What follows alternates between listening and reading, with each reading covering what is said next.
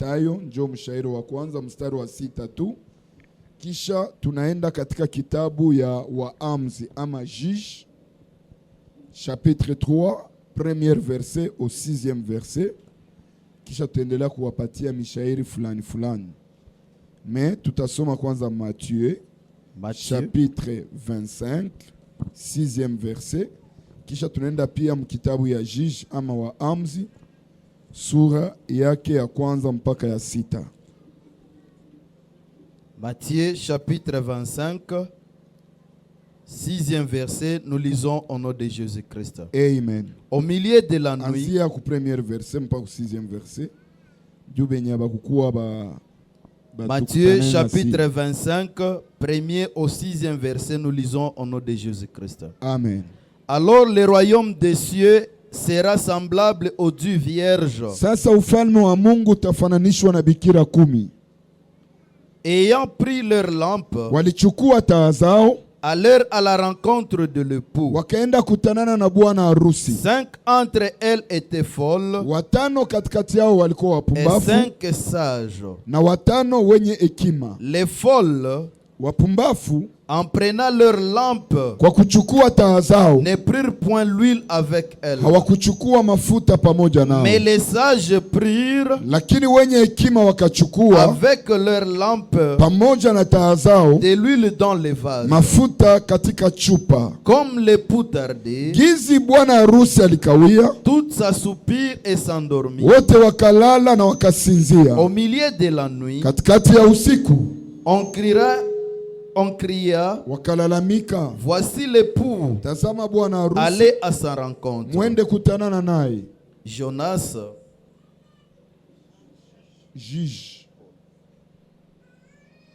Juge chapitre 3, premier verset mpaka 6e verset.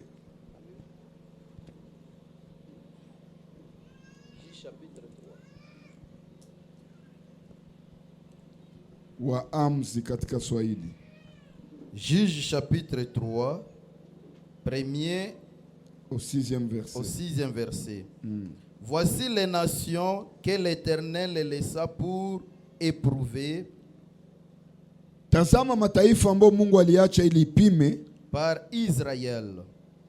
Apime hayo kupitia Israeli. Tous ceux qui n'avaient pas connu toutes les guerres. Wale wote wa kuishi vita de Canaan. Ya Kanana. Il voulait seulement que les générations des enfants d'Israël alipenda kizazi ya watoto wa Israeli connaissent, apprise la guerre, wajue na wajifunze vita, ceux qui ne l'avaient point connu auparavant. wale ambao kuijua mbele. Ces nations étaient mataifa ilikuwa les 5 princes des Philistins, wakuu 5 wa Wamisri, wa Wafilistini, tous les Cananéens, Wakanania, les Sédoniens, wa Sedonia, et les Éviers, na Waebuzi, et les habitants des montagnes du Liban. Na walikuwa wakibaki kwenye mlima wa Liba. Depuis les montagnes de Balaheramon, toka mlima wa Eborman, jusqu'à l'entrée de Hamath, mpaka kiingilio ya Hamath. Ces nations servirent le maître d'Israël à l'épreuve. Ili mataifa ilisaidia ili Israeli iweke kwenye vipimo. En fait que l'Éternel sut obéir les commandements. Ili Bwana awatume kutii amri zake. Il les avait prescrits ambali aliwapatia à leur père par Moïse. Kupitia baba yao kwa Musa. Et les enfants d'Israël habitèrent au milieu des Cananéens. Na watoto wa Israeli waliketi katikati ya Wakanana, des Ébésiens, Waetia, des Amoréens, Waamorea, des Éréniens, Waefezia, des Aveniens, Waevia, des Jébusiens, na Wayebusi. Ils prirent leurs filles pour femmes. wakachukua binti wao kama vile wake, Ils donnèrent à leurs fils leurs propres filles. wakapatia watoto wao wa binti wao, Et ils servirent leur Dieu. na wakatumikia miungu Parole yao. du Seigneur. Shangilia Bwana na uketi kwa Acclamez jina et la Yesu mets-toi Kristo. au nom de Jésus-Christ. Amen. Amen. Tunabariki Mungu kukuona pale, Nous bénissons l'Éternel en te voyant là-bas. na kwa upendo wake kwetu Et mimi na pour wewe. son amour envers nous. Toka siku ya tatu tulianza mafundisho ambayo inasema Depuis le mercredi, nous avons débuté l'enseignement intitulé tazama bwana harusi Regardez l'époux, wende ukutanane naye. va à sa rencontre. Ndio mafundisho ambayo tulianza, C'était ça l'enseignement qu'on a débuté. na tumezungumzia mambo mengi kupitia Et mafundisho nous haya, avons échangé beaucoup de choses à travers cet enseignement. na wale ambao walikuwa nasi nafikiria Et wamebarikiwa. ceux-là qui étaient avec nous, ils ont été bénis. Meacha nirudilie kidogo, Mais laisse-moi me répéter un tout na peu. baadaye niwapatie kitu ambao Mungu amenipa Et tuzungumuze par leo. après, je vais vous donner ce que Dieu m'a donné pour Mada ambayo partager. tulikuwa nazungumzia inasema Et le thème qu'on parlait est tazama intitulé, bwana harusi Regardez l'époux, wende ukutanane va à naye. sa rencontre. Na tuliwaambia juu ya nini Et on vous a dit pourquoi. ama sababu gani ya mafundisho yetu hii. L'objectif de notre enseignement. Sababu ya mafundisho yetu L'objectif de notre enseignement, ni kukumbusha taifa ya Mungu c'est faire souvenance au peuple de Dieu. kwa nini Mungu ametuokoa mie na wewe, Pourquoi Dieu nous a sauvés, kwa moi et nini toi. Mungu amenichagua mie na wewe, Pourquoi Dieu m'a choisi, moi et kwa toi. nini Mungu ametuita. Pourquoi Dieu nous a appelés. Sababu gani? Swali hizi Pourquoi toutes ces questions. wengi wamesahabu sababu Nombreux ont oublié le pourquoi ya wito wa Mungu de juu yetu. l'appel de Dieu pour nous. Wengi wamedesoriente Nombreux ont désorienté safari yao, leur voyage. na kitu kama Mungu anatuita, Mais si Dieu nous a appelés, kama Mungu ametuokoa si Dieu nous a sauvés, mie na wewe, moi et toi, ni ili atupatie kitu moja c'est pour qu'il puisse nous donner une chose ambayo dunia haiwezi que le tupatia. monde ne peut pas nous donner. Mungu akutuitia vitu viwili Dieu vitatu, nous a pas appelés pour 2 ou 3 choses. lakini Mungu ametuita Mais Dieu nous a ili appelés atupatie tu kitu pour qu'il moja, puisse nous donner une seule chose. na ile kitu Et cette chose-là, wazazi wako hawezi kupa, tes parents ne peuvent pas te les donner. dunia haiwezi Le kupa, monde ne peut pas te les donner. rais wa nchi hawezi Le tupa. président de la République ne peut pas te les Ni donner. mtu mmoja tu anaweza C'est tupatia, une seule personne qui peut nous les donner. lakini wengi Mais nombreux, wamesahau ils ont oublié hicho kitu ambacho kimeacha leo la tuko katika chose wokovu. qui a fait que nous cherchons le salut. Utaelewa Mungu alipoumba Tu vas mwanadamu, comprendre quand Dieu a créé l'homme. shaba ya Mungu L'objectif de Dieu, ilikuwa mwanadamu adumu milele, c'était que pour l'homme puisse vivre éternellement. ilikuwa mwanadamu atawale, C'était pour que l'homme puisse régner. ilikuwa maisha mwanadamu asisumbuke na lolote, C'était pour que la vie de l'homme ne puisse jamais souffrir. ilikuwa mwanadamu C'était pour que aishi l'homme, maisha qu'il puisse vivre une ya vie ukamilifu chini ya dunia, d'assurance sur cette terre. aishi matendo makubwa na Qu'il maajabu vive le merveille de Dieu ndani ya dunia. dans ce monde. Hélas, Adui wa mwanadamu l'ennemi de l'homme, ambaye ni adui wa Mungu qui est l'ennemi de Dieu, akakuya devie mwanadamu il est mission venu dévier l'homme dans sa mission, ya kuishi milele, de vivre l'éternité, ya kuishi neema ya de Mungu, vivre la grâce de ya Dieu, kuishi utukufu wa de Mungu. vivre la gloire de Zambi Dieu. zikaingia ndani ya Le dunia, péché est entré dans le monde. zikaleta kifo Le kwa péché a mwanadamu, mené la mort chez les hommes. zikaweka mpaka kwa maisha ya Il a mwanadamu, mis des limites dans la na vie de mwanadamu l'homme. hangeishi tena Et umilele l'homme ne devrait plus vivre l'éternité ambao Mungu que alikusudia juu Dieu yake. avait planifié pour lui. Mwanadamu hangeishi mamlaka, L'homme n'allait plus vivre le mwanadamu pouvoir. hangeishi Il utawala n'allait plus vivre la domination ambayo Mungu que alimuumba Dieu juu aishi. avait créé pour qu'il puisse le vivre. Na toka hiyo siku Et depuis ce jour-là, watu wote waliishi mauti, et tout le monde a vécu la mort. watu wote waliishi chini ya utawala. Tout le monde a vécu sous la domination. Lakini Mungu akatuma Bwana wetu Mais Yesu Dieu Kristo. a envoyé notre Seigneur Jésus. Shabaha ya kumtuma Yesu Kristo L'objectif de l'envoyer, ilikuwa turudishie c'était pour qu'il puisse nous kile retourner ambacho Adamu wa la kwanza chose que le premier Adam alipoteza ndani ya bustani avait ya Edeni. perdu dans le jardin d'Éden. C'est la vie. Uzima.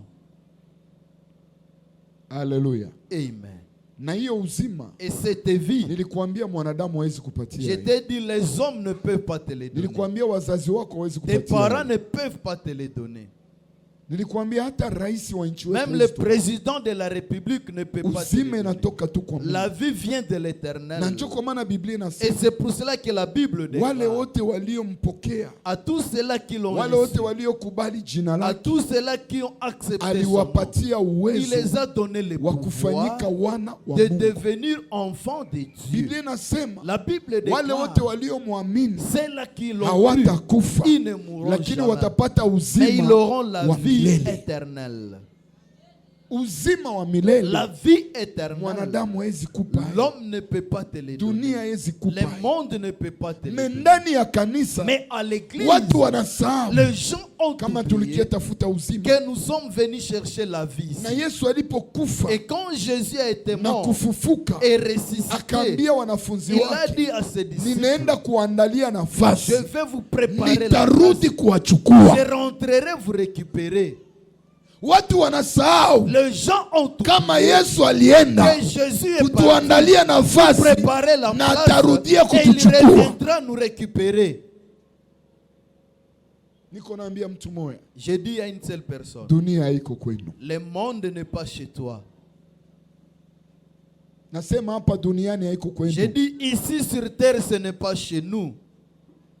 Kuna mtu ameenda kutuandalia Il y a nafasi quelqu'un qui est parti nous préparer la place. ambapo Adamu wa kwanza amepoteza, Là où le premier Adam a perdu. ili turudie tena nafasi yetu. Pour rentrer à notre place. Na historia ambayo tunatoka Et soma, l'histoire que nous venons de Biblia lire, inasema la Bible déclare, ufalme wa Mungu et le royaume ama de Dieu, ufalme wa ou mbinguni le royaume du ciel, inafananishwa na bikira 10 est comparable à 10 vierges. walipochukua taa zao Quand ils ont pris les ili waende lampes kutanana na bwana pour harusi. aller à la rencontre Niko de naambia l'époux, mtu moya, je suis en train de dire, tumeokolewa nous sommes ili sauvés tuende kutanana na pour bwana aller à harusi. la rencontre de l'époux. Usisahabu hiki kitu mu N'oublie maisha pas yako. cette chose dans ta Mtume vie. Petro anasema L'apôtre Pierre, sisi ni wapitaji nous katika ne sommes dunia, que des pèlerins dans ce monde. kwetu ni mbinguni. Chez nous, c'est au ciel. Ase wakachukua taa zao Ils ont pris leurs lampes, bikira 10 10 vierges, ili waende kutanana pour aller na bwana harusi. à la rencontre de l'époux. Biblia inasema La Bible déclare, watano katikati ya wale wa 10 5 parmi ces 10, walikuwa wapumbavu. ils étaient folles. Walipochukua taa zao Quand ils ont pris leurs lampes, hawakuchukua mafuta, ils n'ont pas pris l'huile. na wengine watano Et 5 autres walikuwa wenye hekima. étaient sages. Walipochukua taa Quand zao ils ont pris leurs lampes, walichukua mafuta ils ont pris aussi pamoja na l'huile chupa, avec des vases. bakaenda chunga bwana harusi. Ils sont partis à la rencontre de l'époux. Biblia inasema La Bible kwa déclare, sababu bwana harusi parce alikawia, que l'époux a tardé, bakalala ils se sont endormis na bakasinzia. et ils se sont... Katikati ya usiku Au milieu de la nuit, sauti katokea, il y a un cri qui est tazama sorti. bwana harusi, Regardez l'époux, mwende mkutanane naye. va à sa rencontre. Biblia inasema wakachukua, walipolamuka Quand ils se sont réveillés, wakachukua taa zao ils ont pris leurs lampes ili wasiwakishe. pour les allumer, Inaonekana juu kutanana na bwana harusi pour rencontrer l'époux. inabidi ukuwe na taa, Tu dois avoir la inabidi lampe, taa yako iwake. que ta lampe doit Lakini être walipochukua allumée. taa Quand ils ont zao, pris leur lampe, Biblia la inasema Bible wale déclare, wapumbavu ambao walichukua taa les tano bila folles qui ont mafuta pris leur lampe wakakutana sans ndani ya huile, taa zao hakuna mafuta. ils se sont retrouvés que leur lampe n'a plus Lakini d'huile. watano wenye hekima Mais les sages, walipokutana mafuta quand inaisha, ils ont rencontré que bakaanza leur huile chukua ile ya a pris, reserve ils ont pris les réserves, bakaitia kwenye mataa. ils ont mis dans leur Wale lampe. wapumbavu walipoona Et quand les folles ont wakalomba vu, wenzao, ils ont commencé à demander. Benzao bakamwambia hapana. Et les sages ont dit non. Mafuta ambayo tuko nayo L'huile que nous avons, haitatutosha sie. ça ne va pas nous suffire nous tous. Mwende mununue Va acheter kwa wale wanaujisha à mafuta. ceux-là qui vendent de l'huile. Haleluya. Amen. Mwende kununua Va acheter kwa wale wanaujisha à mafuta. ceux-là qui vendent de Saba l'huile. litoka wanenda Quand tafuta. ils sont partis Biblia acheter, inasema bwana harusi la akafika. Bible déclare que l'époux est Akaingia na venu. wale watano ambao Il est walikuwa entré tayari. avec les 5 sages Akafunga et mlango. il a fermé la porte. Biblia inasema wale walienda nunua La Bible wakarudia. déclare que ceux-là qui sont partis Bakapiga acheter sont hoti. venus. Ils ont frappé. Wewe utaendelea kusoma mpaka 13e verset. Toi, tu vas continuer à lire Bakapiga jusqu'au hoti. 13e verset. Ils ont frappé. Biblia inasema bwana harusi akawaambia, La Bible déclare que Ondokeni. l'époux les a dit, kwa allez loin sababu de moi, sikuwahi parce que je kuwajua. ne vous ai jamais connu. Kisha ku 13e verset anasema, Au 13e verset, il dit, kesheni veillez, kwa sababu hamjue ni siku parce que vous ne connaissez au ni jour saa, ni l'heure siku bwana harusi que l'époux atakuja. viendra. Ni pale tuko nazungumzia. C'est là où nous sommes en train de Tazama parler. bwana harusi, Regardez l'époux, wende ukutana va naye. à sa rencontre. Njoo mada yetu. C'est ça notre thème. Tulisema mada yetu Nous avons dit notre thème inahusu bikira kumbe. concerne-tu vierge. Tulianza zungumzia bikira. On a commencé à parler de Tulisema vierge. katika On Israeli a dit en Israël, ambaye alikuwa anaitwa c'est lui bikira qui était appelé ni vierge. binti, C'est une fille. ni binti C'est une fille ambaye alikuwa hayaolewa qui ne s'est pas encore mariée ama hayakutanana na et mume, qui n'avait jamais rencontré un njo homme. alikuwa anaitwa bikira. C'est celle qu'on appelait vierge. Unaelewa wewe peke historia ya Maria. Comprenez l'histoire de Marie. Maria alikuwa mchumba wa Yusufu, Marie était fiancée à lakini Joseph, walikuwa bayakutanana kimwili, mais ne s'était pas encore croisée na Biblia charnellement. inamuita Maria alikuwa nani? Et la Bible Bikira. appelle Marie était vierge. Esther alikuwa bikira Esther était vierge. kimwili. Charnellement. Bikira ni mwenye hayayua mume. Et vierge, c'est celle qui n'a pas encore connu un homme. Amen. Amen. Tukasema sie ni Israeli ya Nous kiroho, avons dit que nous sommes Israël si spirituel. haiko Israeli ya Nous kimwili, ne sommes pas Israël ni Israeli charnel. ya kiroho. C'est l'Israël Kama vile spirituel. Israeli ya kiroho. Comme Israël spirituel. Hapa historia inahusu wa Ici, bikira. histoire concerne le Niliwaambia vierge. sio ubikira Je vous ai wetu, dit, nous, notre hauko wa virginité, kimwili. c'est pas charnel. Ubikira wetu ni wa Notre kiroho, virginité, c'est spirituel. na tunapokea ubikira Et wakati nous gani? recevons la virginité Wakati tunampokea Yesu quand kama nous Bwana na avons Mwokozi wa maisha reçu yetu. Jésus-Christ comme Seigneur Biblia et Sauveur. inasema La Bible si déclare, quelqu'un est en Kristo kama mtu iko katika Kristo, amekuwa kiumbe il est devenu kipya. une nouvelle Mambo yote ya créature. kale yamefanya Toutes nini? les choses Yamepita. anciennes sont Mambo passées. yote yamekuwa mapya. toutes les choses Ni deviennent kusema nouvelles. amekuwa bikira. C'est-à-dire, il est devenu Ubikira wetu vierge. ni wa kiroho, Notre virginité na tunapokea spirituelle. ubikira Et nous recevons la wakati virginité tunampokea quand Yesu nous recevons kama Jésus Bwana na Mwokozi wa comme maisha yetu. Seigneur et Sauveur de notre vie.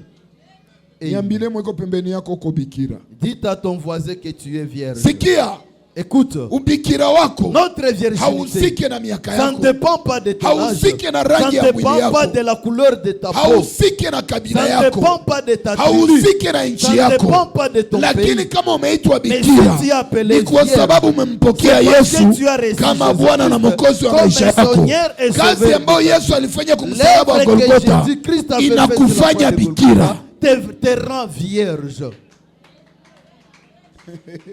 We ni bikira. Toi, tu es vierge. Nimerudilia, we ni Je bikira. me répète en disant tu es Hapana vierge. kwa nguvu yako, Ce n'est pas de ta force. hapana kwa ujuzi wako, Ce n'est pas par tes mais kama uko connaissances. bikira Mais si tu es ni vierge, kupitia kazi c'est à travers ya l'œuvre msalaba wa de la Golgotha. croix de Golgotha.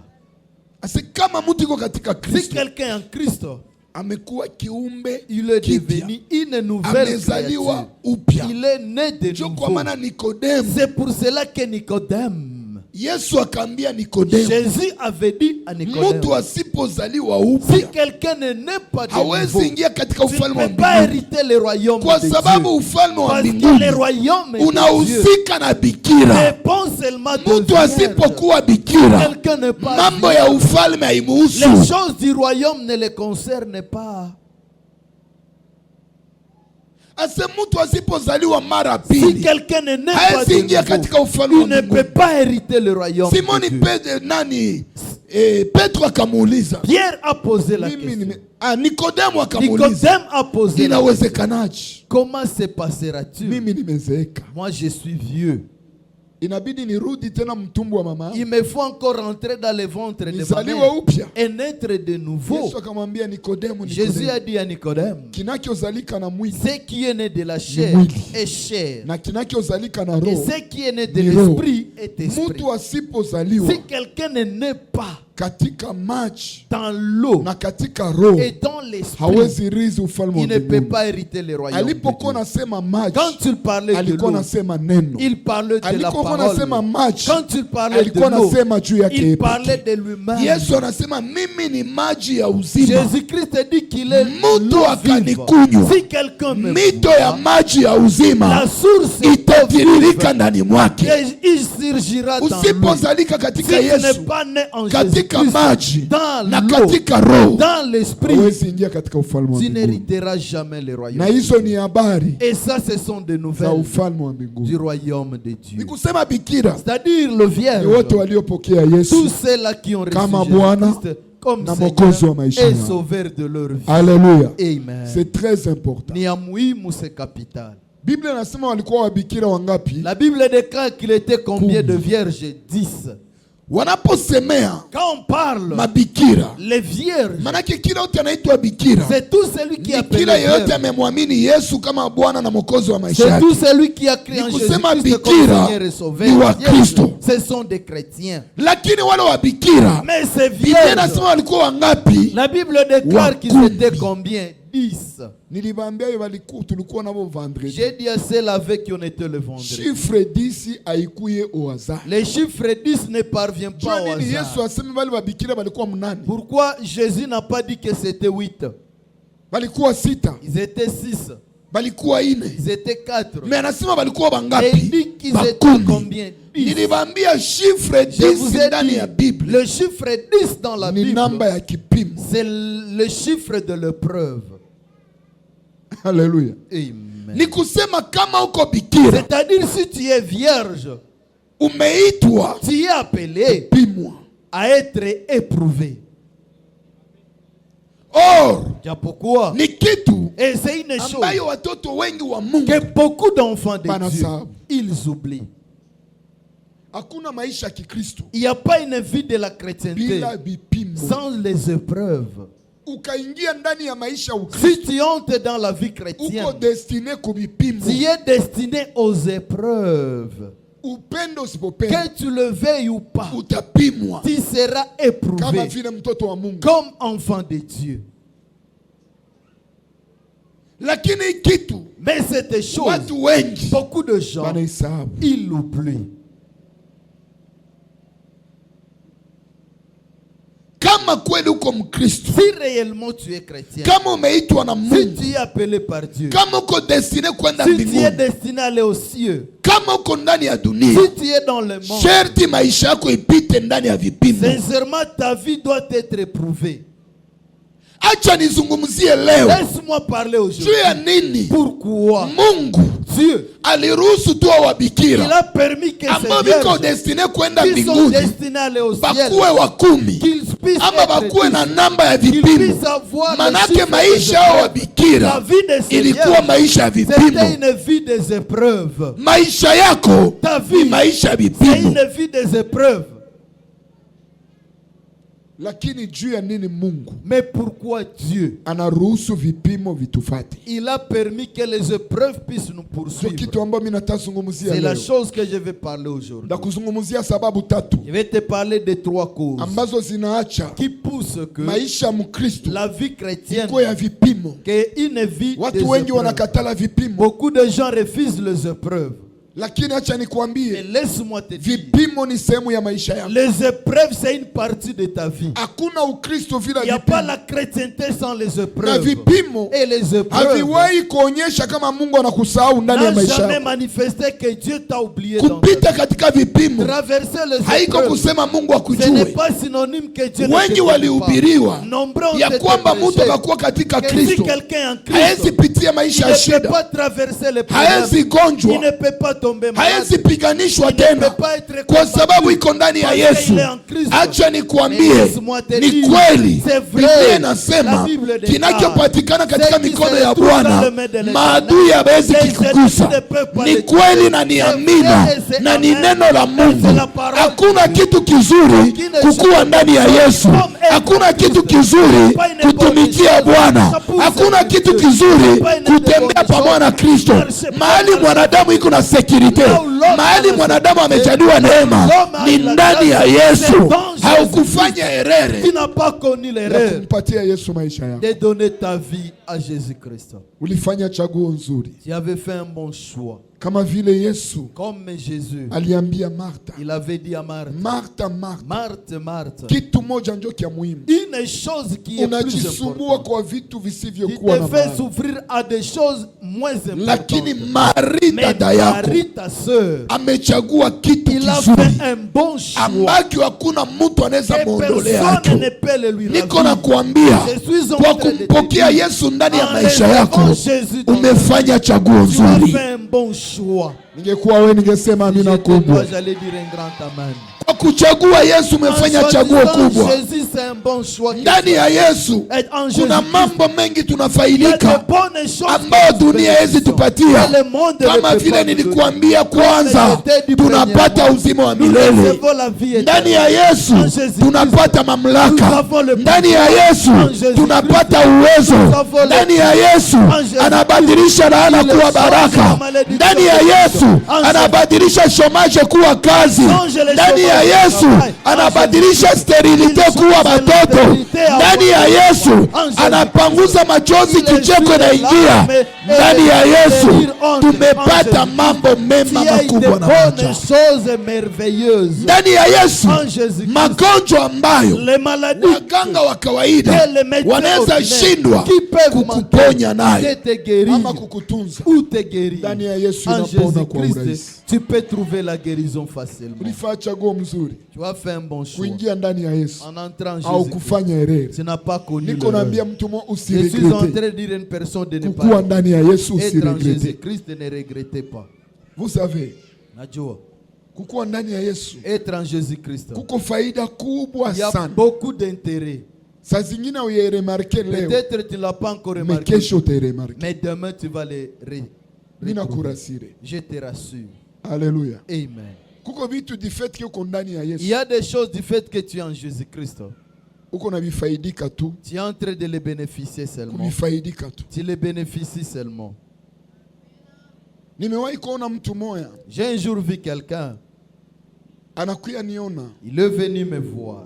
anasema mie kazi yangu Il dit, moi mon travail, ilikuwa kutatiza jamaa fulani, c'était faire souffrir telle famille. lakini ilifika muda fulani Mais il est arrivé à un moment, mimi naanza kenda batafuta, je suis en train d'aller les chercher. mimi nabakosa, Et je ne les trouve même pas. na batafuta, Je les cherche, mimi nabakosa, je ne les trouve pas. na batafuta, Je les cherche, mimi je nabakosa. ne les trouve pas. Inakuwa 5 mois, Ça fait 5 mois. kila siku Tous les jours, nisetilize mbinu yote ya j'ai kila aina, utilisé toutes les nione façons kama ndabapata. que je puisse les Mina avoir, bakosa. mais je ne les ai pas tous. Me kwa mwisho Mais par après, nilikuya elewa j'ai compris. banakuyaka ingia mwi kanisa Il entre dans cette église. Amen. kwenye mimi naendaka, Là où je vais, kwenye mimi natumikiaka, là où je sais, balikuwa naniambia on me disait, kama unapenda ulinzi, si tu vois kuya huku si tu veux la kwetu. sécurité, venez ici chez nous. Kama unapenda security, Si tu veux la kuya huku sécurité, kwetu. venez ici chez nous. Kama unapenda mtu Si asikugusake, tu veux que quelqu'un ne kuya puisse pas huku te kwetu. toucher, venez ici. Kama unapenda ufanyikiwe, Si tu veux kuya avoir, huku kwetu. venez ici. Mais chez ce que j'ai remarqué, Mais qui toi, mon mie Dieu? nilikuwa nous. kule, Moi j'étais là. ndio nilitumika Oui, huko, je les ai. mais hii famille Mais c'est- niko na batafuta, Je suis en train de- sibaone tena. Je ne les trouve Or plus. sa mina batafuta huku Quand kwetu, je les cherche, mimi nakutana bakwake huku kwetu. je les trouve, ils ne sont pas Mais ici. ce que j'ai Mais remarqué, qui toi, mon Dieu? avec tous les pouvoirs, Pamoja na uwezo avec wote, tous les stratégies, pamoja na mbinu avec zote, tous les moyens pamoja na yenye balipatia moyo, kule kwetu, donne chez nibapige nous, que je vita, puisse siko na baona Je tena. ne suis pas en train de les voir. Chose grave, Kitu ya kushangaza. bakatuma na benzangu ba nguvu, Et ils ont envoyé, ils nabo vont biko wanakuya renforcer. hababaona. Ils viennent, ils les ont. Ce que j'ai compris, kumbe mwenye iko nachunga aba batu Celui qui est en train de anashinda les gens. ule wetu wa kule. Celui qui est de notre côté. Njoo kwa maana na mimi nakuya C'est kwake. pour cela que je viens aussi Et il chez est venu toi. me voir comme ça. Alikuja kuniona. Sikia, Écoute. kukuwa ndani ya Yesu. Être en Jésus Kuko Christ. vitu vyenye vinakufikiaka. Il y a des choses qui Kuko vitu vyenye t'arrivent. vanapangaka juu Il y a des yako. choses qu'on planifie Haviwezi pour kukugusa, toi et qui haviwezi peuvent pas te kukufikia toucher. na wewe uyue. Et toi tu ne le Wakati uko na unguruma, Quand Mungu tu es en train linakupigania de vita. ronfler, Dieu est en train de Wakati banapanga vitu munjia Non, juu la yako, vie des choses dans Mungu le anatia chemin pour toi. mikono. Dieu met Wakati sa uko main. unapita, Quand Dieu est en train de unapita na marcher, amani na tu salama. marches en paix et en joie. Banakupatia sumu, On te donne banachunga du ufariki poison. au On attend ta ukufake. mort, tu n'es pas mort. Amen. Amen. Je me Amen. souviens siku moya Ninakumbuka un jour, bakatupatiaka sumu ya direct, on nous avait ensorcelé, mie na nyumba yangu yote, moi et toute ma famille. na Mungu akaniambia sasa Et Dieu tulitoka m'a dit, tunafika, quand on est sorti, on est ombea prêt. mai mkunywe. Prie pour de l'eau et buvez ça. Mutaona batu fulani batakuya 16h juste, Vous verrez, les gens viendront ici à 16h juste. mutawaza banakuya baona, Vous pensez qu'ils viendront me vous banayua voir. ile 16h Mais ils savent qu'à 16h, batakutana njo ils mamaiti. vont rencontrer les cadavres. Sikia. Écoute, Kuko vitu vya Mungu il y a anatupiganiaka. des choses que Dieu Na combat si pour nous hatujui. et nous ne les savons Kukuwa pas. ndani ya Yesu ni Et en faida. Jésus-Christ, c'est un intérêt. pour Hakuna uweri na ubora nous. Il n'y a pas le sa bonheur. kukuwa ndani ya Yesu. Quand ici, Hauyue et tu ne connais benye pas. balienda kwa mfumu, Ceux-là qui sont partis, usilamuke leo. et tu ne puisses Me pas ule te mwenye lever. alienda kule Celui qui iko na shangala est en ulilamuka. train d'être étonné, tu es réveillé. Amen. Hauyue Amen. mwenye alipanga leo Celui qui a planifié ukalamuka, si tu te ulamuke na mugulu yako iko bloke. et que ton pied Mais ça puisse bali bloquer. kuverifie, Mais quand ils t'ont baliona vérifié, unalamuka uko unatembea na amani na salama. marcher. Amen. Haujue Tu ne connais pas. benye balipanga leo Et qu'ils ont tusilamuke planifié. katika muji wa Nous ne Bukavu. pouvons pas nous Mebiko lever dans la banashangala Bukavu. balilamuka. Nous sommes Ni juu ya huyu Yesu, ni juu ya huyu Yesu. Kukuwa ndani ya Yesu ni kitu kizuri. C'est une bonne chose. Franga zisikusumbue, kazi isikusumbue, ndoa isikusumbue. Juu tuko ndani ya Yesu, ndoa inaweza kuya kesho, kazi inaweza kuya kesho yake, kyote unayohitaji kinaweza kuya. C'est Ça possible. peut venir, c'est possible. Niko nakuonyesha faida za kuwa Je ndani ya te Yesu. montre l'intérêt à être en Jésus-Christ. Amen. Hii Amen. wiki, hii wiki Cette semaine, balituita ndugu yetu mmoja alifariki Goma. on nous a appelé, il y a notre frère qui est décédé à Goma. Alifariki hai, Comment il est décédé? balimupiga mulonge. On lui a fait le Huwa moulongue. bakuyua kama mulonge ilifo kuiombea. Et ils n'ont pas cru que Bakambeba moulongue, hôpital. on peut prier pour ça, on l'a mené à Akukawia l'hôpital. akakufa. Il a beaucoup traîné là, il est Me mort. wewe juko ndani ya Et Yesu. toi, parce que tu es en Unajua Jésus-Christ, milonge ngapi tu banakutupia? connais combien de milongues on t'a déjà jeté? Kuko batu wenye Il y a des gens. kukuwa kwako tu Ta présence ni shida kwao, c'est un problème. abata kufanya Qui ne kitu. peut rien te faire. Juko ndani ya Yesu. Que tu es en Jésus. Kuna mtu anakukeshea, Quelqu'un qui veut pour kuna toi. mtu alale juu Quelqu'un yako qui ne sommeille pas usiku pour na toi. mchana, Jours et nuits. halalake na asinzi yake juu yako. Pour toi. Hey, Jo kwa maana c'est pour cela. batakuwa na panga Ils vont planifier yabo vinaishue, leurs histoires. batakuwa na comme vivile ça. huku Ils vinaishue. vont planifier ici, ça va échouer. Amen. Amen. Mimi najua siku moya Je sais un jour, niko naombea dada moya, je suis en train de prier pour une kumbe sœur. balienda kwa mfumu. Alors qu'ils sont partis chez le féticheur. Mfumu akasema giza nazuia kapita fasi Le fulani, féticheur a dit, comme il a l'habitude de passer quelque tia part zile dawa pale, et déposer, atapita tu là-bas. pale, il va passer seulement. inamuingia amu, Ça va les pénétrer. inatia magonjwa Ça mwili va yake, créer de maladies. banamfikisha kwa On va hospitali. les faire arriver à Nanjo l'hôpital et puis il va décéder. C'est ce que ils ont Ni planifié. hivyo ndio wao walipanga. Mais jule mtu Mais pour que cette alikuwa personne, ndani ya Yesu, il était en na Christ. Yesu alikuwa yasema neno ya mwisho, Jésus n'avait pas dit. bakatia zawa zao. Ils ont planté leur gris-gris là-bas. Kweli na ule mama kaenda pita, C'est vrai, cette maman est passée par là. me mbingu Mais le ciel, mbingu les ciels, ikajisharge s'est chargé. kwenda tia kilalo, Allez mettre un pont. kwenda tia Allez kilalo mettre un pont. pale kwenye Allez balimuteka, déposer un pont là-haut. akapita kama mwanadamu wa Il est kawaida, passé comme un homme kumbe alikuwa ordinaire. anapita yulu ya kilalo Passé au ya mbinguni. dessus. Niko naambia mtu moya, En train de dire une usiwe personne. na hofu, Et n'aie pas usiwe peur. na wasiwasi. N'aie pas Kuwa peur. tu yako ndani ya Yesu ni Jésus-Christ, faida kubwa, un grand intérêt pour toi. Amen. ni faida kubwa. C'est un grand Ni faida kubwa. C'est un grand bénéfice. Haleluya. Amen. Ni faida kubwa. C'est un grand Si bénéfice. wengine kama tulisaka kufa. Et si ce n'est pas, l'on devrait déjà mourir. Amen. Wewe uko hapa. Toi, tu es ici. Unaba ngapi biko na luma meno Tu sais combien de gens qui grincent les dents pour toi. Amen. Alléluia. Oh, merci. Unaachi ya batoto yako. Et tu sais pour tes enfants. Bangapi biko na luma meno Combien yako. de gens qui sont en train de grincer les dents. Unaachi tu ya kale ka kazi À kako. cause de ton petit travail. Bangapi biko na luma meno Combien yako. de gens qui grincent les dents.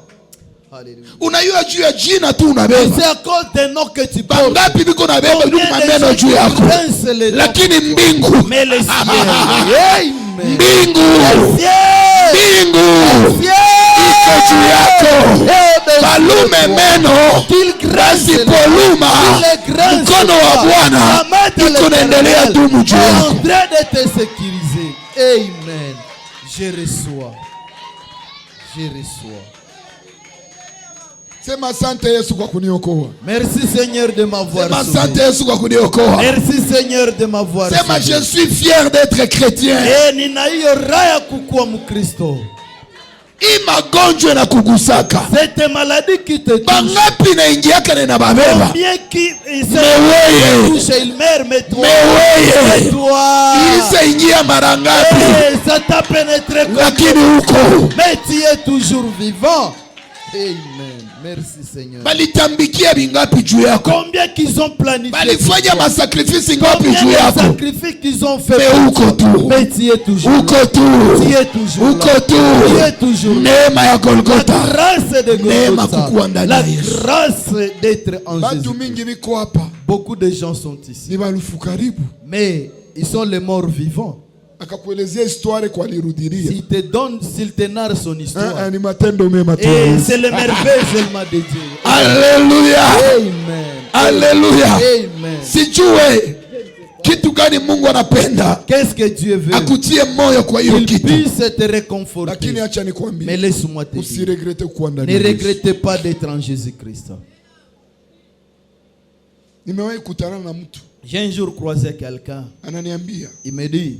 Nikapata hata moyo kupiga masasi minaweza kuua. Si je peux avoir même moyen de t'assassiner, je peux t'assassiner. Asa ule mtu mwenye uliombeaka. Et cette personne à qui tu avais prié. C'est le seul étoile. Ni nyota tu moja. Nilikuwa nisapita maetape yote. J'avais déjà passé des étapes en C'est le étapes. seul étoile qui me restait seulement. Hiyo ndio nyota tu moja ilikuwa Tunifikie ile kiangu. pour atteindre tel niveau. Na nilikuwa nisamubeba. Et je l'avais déjà Wewe amené. ukamunitunyanganya Mais kumikono. toi tu nous l'as ravi. Kupitia maombi À yako. travers ta Na prière. kupitia Mungu mwenye Et à unabeba. travers les dieux que tu Nikapata hata masasi hivi Si je ukasio. peux avoir le temps de Minaweza kuua. t'assassiner, je peux Nishu t'assassiner. nisaikosa. C'est parce que je n'ai pas eu l'arme. Namwambia masasi zinalala na basoda biko. J'ai dit, il y a beaucoup d'armes et beaucoup de Ase nani militaires. atakukaribia? Qui peut t'approcher? Masasi ya nani takugusa? Quel est le bas? Haujiue wewe.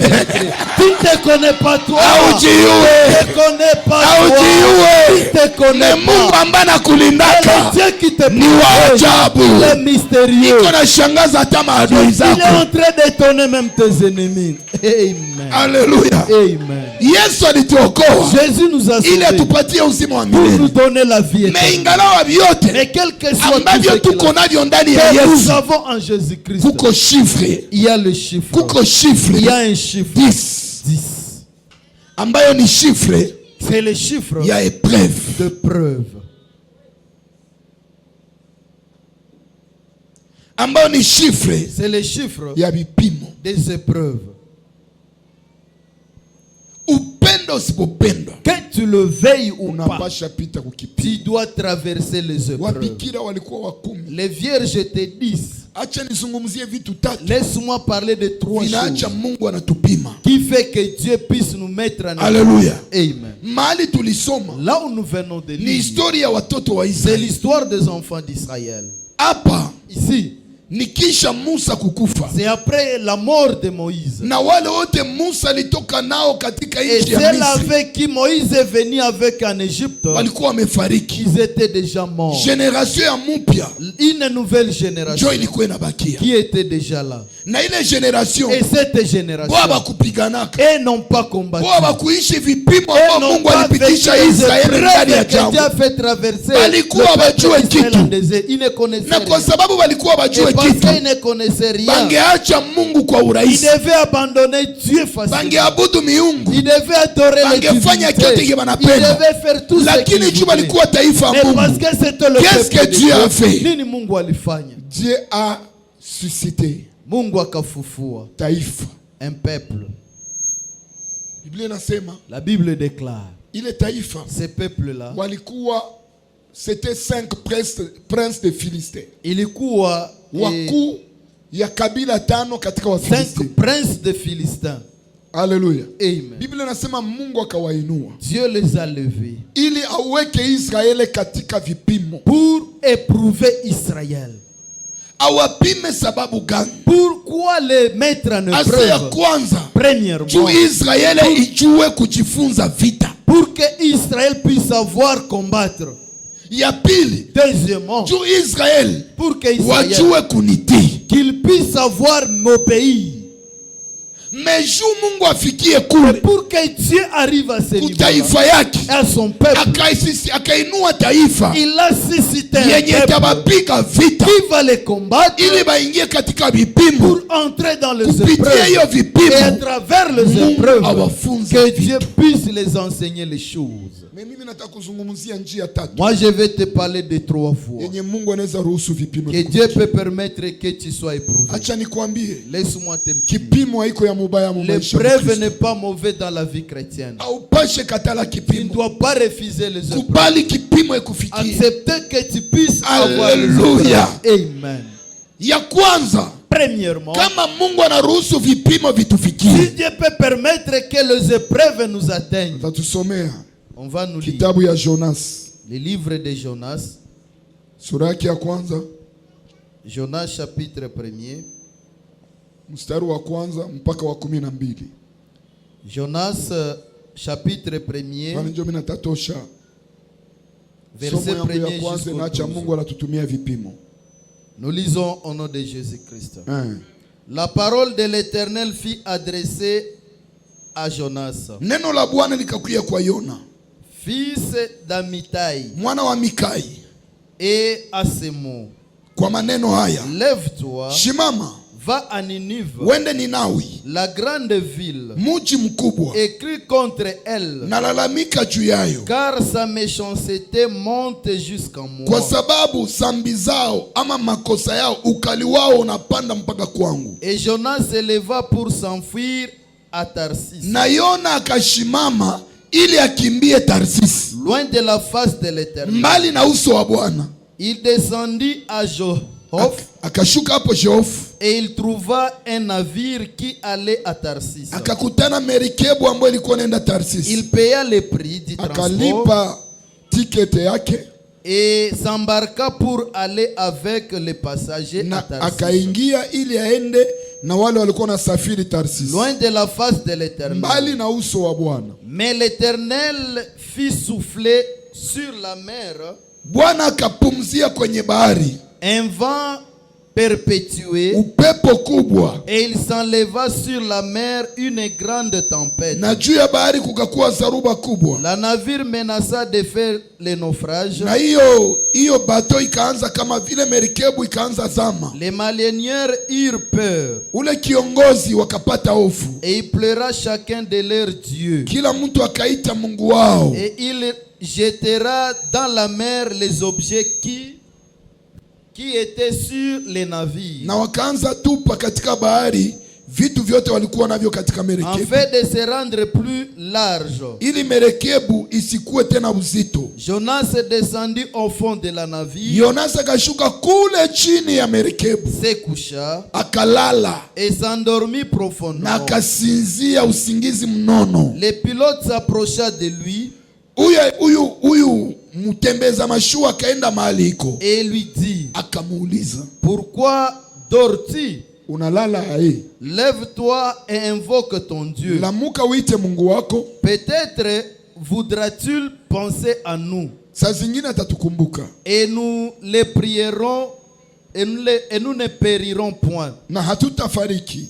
Et ils se dirent l'un aux autres, Wakaambiana mmoja kwa mwingine. venez Muje et tirons au sort tufanye kura pour savoir qui attire ce malheur et pour savoir qui attire ce malheur. ili tujue iole nani Et il anaituma. tira au sort Wakafanya kura, et le sort tomba sur Jonas. ikaanguka juu ya Yona. Alors ils lui dirent, Wakasema, dis-nous qui nous a attiré ce malheur? tuambie nani ametuletea ole hii? Quelles sont tes affaires?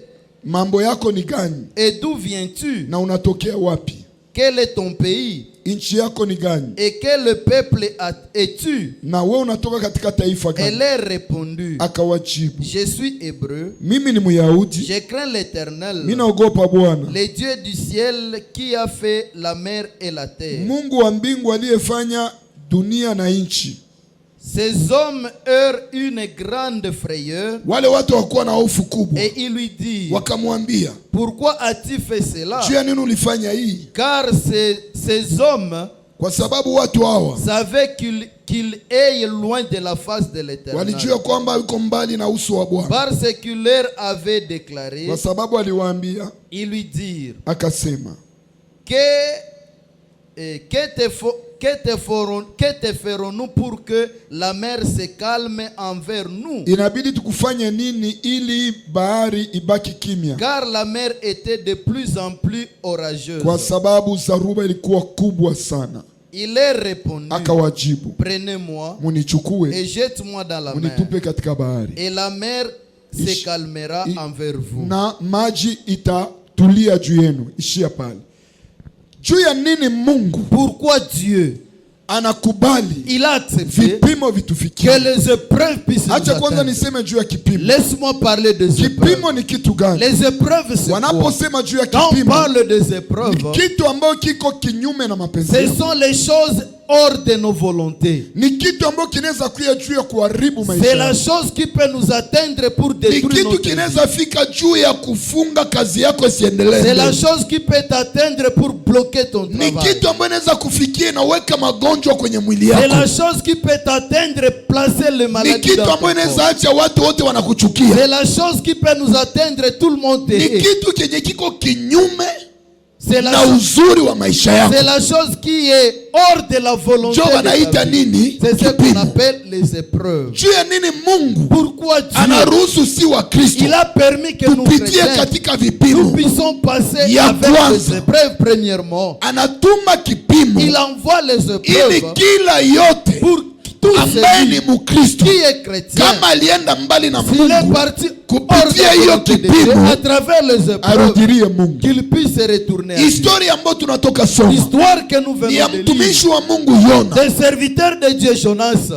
Yona alikuwa mtumishi wa Mungu. Jonas était serviteur de Dieu. Yona alichaguliwa na Mungu. Jonas a été choisi par Dieu. Biblia inasema siku La moja Bible déclare un jour, Mungu akaona katika Ninawa Dieu a vu en Ninive, zambi zimetubu, les péchés ont beaucoup. watu wamejitenga mbali Les naye, gens sont éloignés loin de Dieu. watu hawatii tena Les gens Mungu. n'obéissent plus Mungu Dieu. akaita mtumishi wake Dieu a Yona, appelé son serviteur uende Jonas. katika mji wa Ninawa, Va dans la ville de Ninive uhubiri, et prêche ulalamike, et crier. uambie zambi zabo zimedumu, Dites à eux que leurs zambi zabo péchés, zimekuwa kubwa, leurs péchés ont zambi zangu évolué. zabo zimefika kwangu, Leurs péchés m'ont atteint. baambie bajitenge mbali Qu'ils nami. puissent se repentir, aller loin de lui. Yona kama vile mtumishi wa Mungu, Jonas comme serviteur de Dieu, nafasi ya tii sauti ya Mungu, au lieu d'obéir à la voix aende de Dieu, Ninawi. qu'il puisse aller à Ninive. Jonas akaenda Tarsis. Jonas a pris fuite à Tarsis. Kusema akaenda mbali na mapenzi Il ya est Mungu. parti loin de la volonté de Dieu. Na Biblia inasema Jonas akaenda Tarsis mbali na uso wa Et Mungu. la Bible déclare que Jonas est parti à Tarsis loin de la face de Na Dieu. kule alipokuwa nakimbilia Et Tarsis, là où il prenait fuite à Tarsis, Mungu akamfuata. Dieu l'a poursuivi. hata kubato kwenye alikuwa. Même dans le bateau où il était. Alléluia. Amen. Or mwile bato hakukuwa yeye peke. Dans le bateau, il n'était pas Alikuwa seul. nenda Tarsis. Il partait à Tarsis. Ange kama uko unatembea na mtu Faites attention si tu ambaye marches iko avec napitia quelqu'un vipimo vya qui est en Mungu. train de traverser Nali les yako na épreuves. wewe unaweza ripoteza. Même toi aussi tu peux perdre tes histoires. Watu ambao walikuwa pamoja na Les Yona gens qui étaient avec Jonas, walikuwa wachuuzi ils étaient les na walikuwa commerçants. wamenunua vitu Ils vyao avaient déjà acheté kwenda leurs kuujisha marchandises, Tarsis, allaient vendre à Tarsis. lakini upepo ulipokuya Quand le vent na a kumbe soufflé, hiyo upepo ilikuwa inatafuta et le nani? vent cherchait qui? Yona. Jonas. Lakini kabakuta biko Mais na ils se Yona sont retrouvés ensemble avec kwa Jonas. kuogopa kifo, À avoir peur de la wakaanza mort, poteza vyao. ils ont commencé à perdre Niko leurs na tabiri marchandises. juu ya mtu Je moya, suis en train de prophétiser pour kama une uko personne. mnjia moya, Si tu es dans un kama chemin, uko mnyumba moya si tu es dans une na maison, mtu ambaye anakimbia avec Mungu quelqu'un qui na Mungu qui iko se na loin de lazima la face de alunguze Dieu, ile nyumba et tu as besoin de ili ule cette mtu maison, amurudirie. que cette personne Mungu akuepargne na ule mtu kwa jina la Yesu avec Kristo. cette personne au nom de Jésus-Christ. Il y a les gens qui sont des victimes. Kuna watu ambao wanatombe Surtout nini? Pourquoi? Unatembea na mtu mwenye iko Tu nakimbia marches Mungu.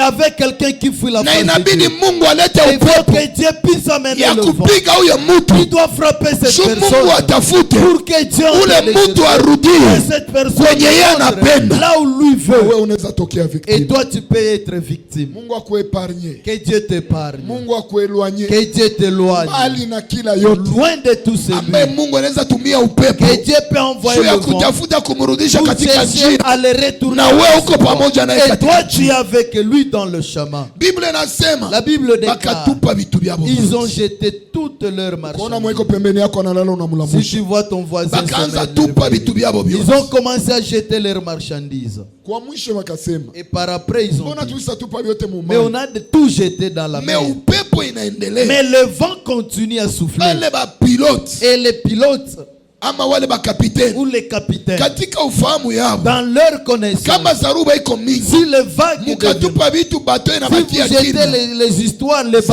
Zaruba seront iko tena légers. danger Et kubato.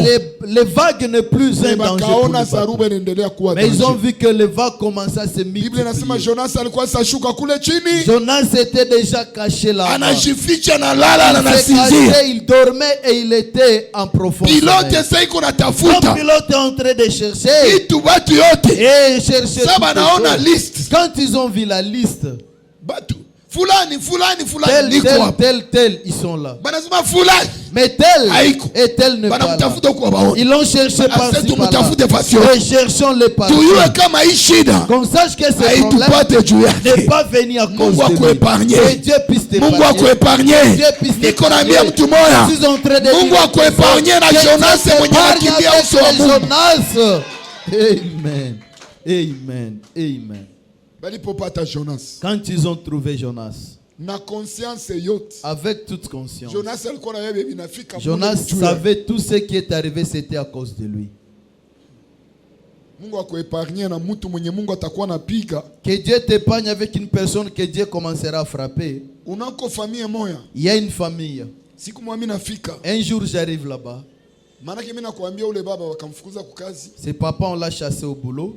mama La maman, akatoka katu kiloko kamie kakuye kagonga buchuruzi yake. il avait connu, elle est sortie un tout petit peu, les camions Kumbe venaient à binti wake saccager Mungu alimwambia tout kaingia ses mu commerces. priere ya 3 jours Alors que sa fille, Dieu l'avait dit de faire la juu ya prière de 3 jours kuarete epidemie pour arrêter ye l'épidémie ilipasha ingia mwile qui village, devait entrer dans ce village. akakatalaka ingia maombi. Il avait refusé de faire cette Mungu prière. akasema Dieu a dit, ndamuingiza sa maombi ya force, je vais lui faire entrer dans la prière par force. me kumuingiza mwile maombi ya force, Mais en lui faisant entrer dans la kazi prière ya par babake force, kakufa, le travail de son père a bakagonga pris fin. butike ya mama yake, Et on a connu la yote boutique de sa bikapondekana maman. kupondekana Toutes kupondekana. les choses a été démolies. Shutu ule binti akose chakula ya kukula Que cette fille manque la nourriture pour moi. pendant 3 jours. Muda wa siku Mungu tatu. akuepargne maisha yako na Et watu ya Dieu vile. t'épargne avec des gens pareils. Mtu mwange sema amina kubwa. Quelqu'un peut dire un grand amen.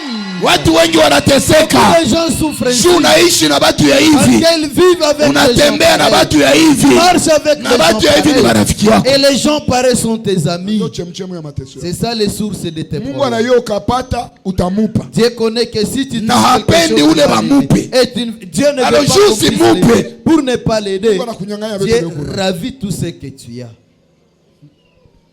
Jonas akapanda. Jonas est monté. Sasa alifika. Quand tu l'es arrivé, Bakafanya kure kamwangukia. on a fait le tirage au sort. Bakauliza les Jonas tombes. tufae nini? On a dit à Jonas, Juu que iole ferons-nous situfikie. pour que ce malheur ne puisse pas Asema nous nitupe atteindre. mumai. Jette-moi dans l'eau. Oro ukiendelea na histoire. Si tu continues à lire la Wakati Bible, walitupa Jonas quand on mumai. avait jeté Jonas dans la Samaki mer, kamumezi. les poissons l'ont englouti. Akafanya 3 jours Il a msamaki. fait 3 jours dans le ventre. Ikaenda du mtupa poisson. wapi? Il est parti le Tarsisi jeter kule à kwenye Tarsisi, alikatala kufanya nini? là où il avait refusé d'aller. Kipimo ya kwanza Mungu anaruhusiaka kitufikie Les maisha. premières preuves que Dieu permet que ça puisse nous Ni juu atteindre, ya kutafuta kuturudisha ndani ya njia yake.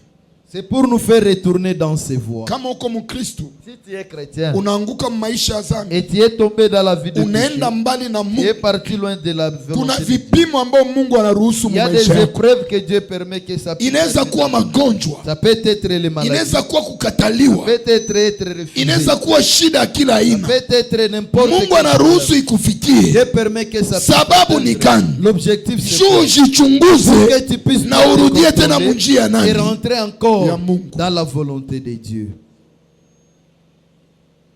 Angalia bioko unapitia Regarde tout ce que tu ni traverses. juu ya nini? Pourquoi? Eske hauiacha Mungu? Est-ce que tu n'as pas encore abandonné Uko Dieu? mtu ambaye amefanya agano na Mungu ya maisha ya maombi. Il y a quelqu'un qui a fait l'alliance avec Dieu. Mais qui vit de hauombake prière. tena. Mais tu ne pries plus. Mungu ataruhusu uanze lota vindoto vya Dieu va mubaya permettre que tu fasses des cauchemars. mpaka siku utaprendre Jusqu'à ce que conscience tu vas prendre ke mimi conscience napasha rudilia que maisha je nini dois ya retourner maombi la vie de la prière. na vile vitaishi. Et les choses là. Ndio nasema wachawi wananisumbua. Et les sorciers Balo- me Ah, constituent. Mungu. C'est Dieu Njoo nawafungulia milango. qui a ouvert les portes. Agano gani ulikuwa na Mungu? Quelle est l'alliance que tu avais avec Namuna gani Dieu? ulikuwa unatembea na Mungu? Comment tu marchais avec Namuna Dieu? gani ulikuwa naishi na Comment Mungu? tu vivais avec Dieu? Wakati ulikuwa naishi Quand vizuri tu vivais très bien kama avec vile Dieu, ulisikilizana na comme Mungu, tu t'es kuko compromis avec kitu Dieu, kilikuwa kiwezi il kufikia y a Mungu. la chose qui ne t'atteignait plus. Mais vile Et vinakufikia ce qui t'arrive, ni sababu gani? pourquoi? Ile kipimo Ces épreuves ya uko napitia, que tu es en train de ulikuwa traverser, nakula rahisi, tu mangeais wewe facilement. ulikuwa ukafanya uchuruzi, Si toi tu faisais les utaendelea. commerces, ça pourrait progresser. ulikuwa ukagusa hiki, Tu touchais ceci, utaishi succès. tu vas vivre. Mais le- leo Mais aujourd'hui, habiko vinaendeka ni juu ya ça nini? n'évolue plus. Pourquoi? Kumbuka wapi umeanguka. Souviens-toi là où tu es tombé. Wakati tutarudilia Quand Mungu, tu vas te retourner à wakati Dieu, utarudilia agano na quand tu Mungu, vas retourner ton alliance avec wakati Dieu, Mungu alikuwa anakupatia mandoto juu ya watu quand Dieu te donnait les songes pour le na gens unazikeshea, et tu veillais pour watu ça, walikuwa naokolewa les grave. gens étaient sauvés. Mais leo Mais aujourd'hui, na ukalota ndoto même, haupendi, même si tu fais un na songe, uone kitu même hauhangaiki, si tu vois quelque chose, usisahau kila kitu yote ya Mungu tu ndani ya commences maisha à yako. négliger toutes les choses de Mungu Dieu dans ta vie. atakuletea vipimo Dieu va t'amener les yenye épreuves hautaweza. qui ne te seront Bwana anaweza difficiles à kupiga, supporter. Dieu peut te Bwana anaweza taper. kukatala, Dieu peut te Bwana refuser. anaweza kuwa alikuwa mwaminifu mwako, L'homme peut être anakosa fidèle en toi, uaminifu. mais il manque la Mungu tu fidélité. ndio anaruhusu C'est Dieu qui a aone permis kama pour utaprendre voir que conscience, tu vas prendre umurudilie conscience tena. et retourner à Dieu. Nimewahi kufika mjamaa moya, J'ai un jour arrivé dans une ule famille. papa alikuwa pasteur, Ce papa était pasteur. alikuwa anaogopa Mungu Il craignait beaucoup na Dieu. bibi yake alikuwa anatumikia Et Mungu, sa femme servait Dieu. lakini bibi yake akaachaka vitu vya Mungu. Mais sa femme avait abandonné les choses de Dieu. Mungu akasema, Dieu avait dit, Mungu akafanya, Dieu a fait. parce que vile tulikia biyua nyuma, Là, on l'a Mungu connu. akafanya, Dieu a fait. Mungu akafanya, Dieu a fait. hata kama Même si ule baba alikuwa pasteur, ce papa était pasteur, Mungu akaruhusu ule papa kuwe mlevi. Dieu a permis que ce pasteur soit ivrogne. Batu walisema, Les gens ont beaucoup balifanya parlé. vyote Ils wanapenda. ont beaucoup critiqué.